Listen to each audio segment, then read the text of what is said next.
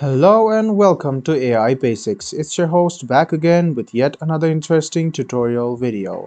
In this video, I'm going to show you how you can log out of your account in Fliki. Go ahead and open the Chrome or Edge browser on your PC and open Fliki.ai. If your account is already logged in, you will be leaded to this screen. Now, to log out of your account, you must need to go to Account, and you can see the logout option on the left hand side. If you click logout and click logout, which you can see in the middle of your screen, you will be logged out of your account. Now let me show it to you once again. Let me go ahead and log into my account, and I will log out of my account once again only for you. Go ahead and click account and go to logout, which you can see on the left hand side, and click logout. This way, you will be logged out of your Fliki account.